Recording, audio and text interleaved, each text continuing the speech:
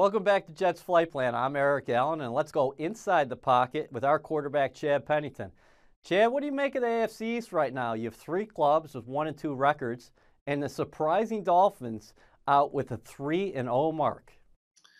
EA, it's really, really interesting. I don't think we've seen an AFC East like this in quite a while. And I'm sure down in Miami, they're ecstatic about having a two-game lead in the first quarter of this season. I think Miami obviously has the edge right now, but you never can count out New England, especially with Julian Edelman coming back. And then you've got two young teams with rookie quarterbacks that are trying to find their way, but obviously have proven that they can win big games. Buffalo going into Minnesota and beating them, the Jets beating Detroit on Monday night.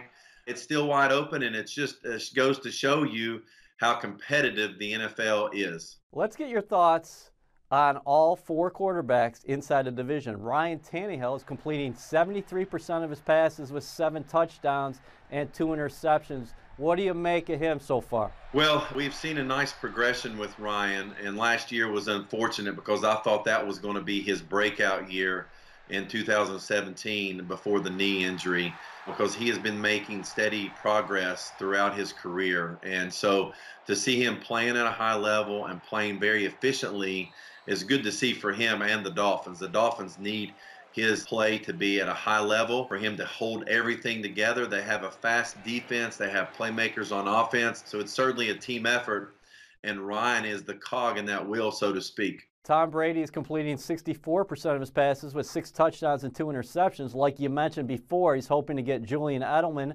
and Josh Gordon back soon. There's no doubt that they are missing Julian Edelman. Tom Brady is missing Julian Edelman. He's that X factor in the red zone, the X factor on third down. And then it'll be interesting to see how they use Josh Gordon. Number one, can Josh Gordon handle the volume of information that New England system requires the receiver to handle? If he can be very effective for the Patriots.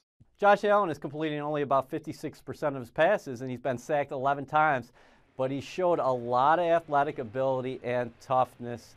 What have you thought about him, and do you like his skill set?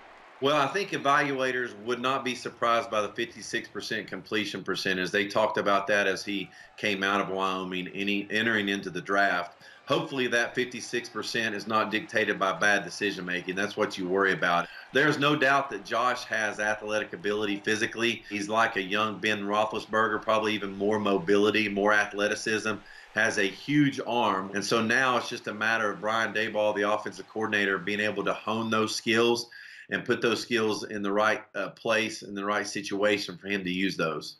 And finally, we have Sam Darnold. What is Sam going to see today against a tough Jaguars defense? I would prepare Sam to play this game ugly. And what I mean is that when you face a really good defense like the Jaguars, it's going to be really hard to stay in an offensive rhythm.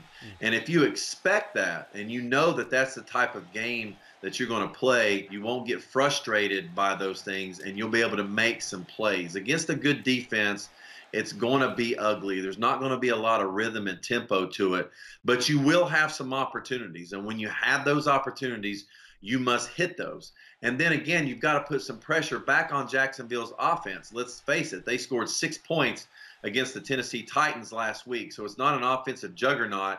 Play an ugly game, but play turnover free, and you'll have a chance to win.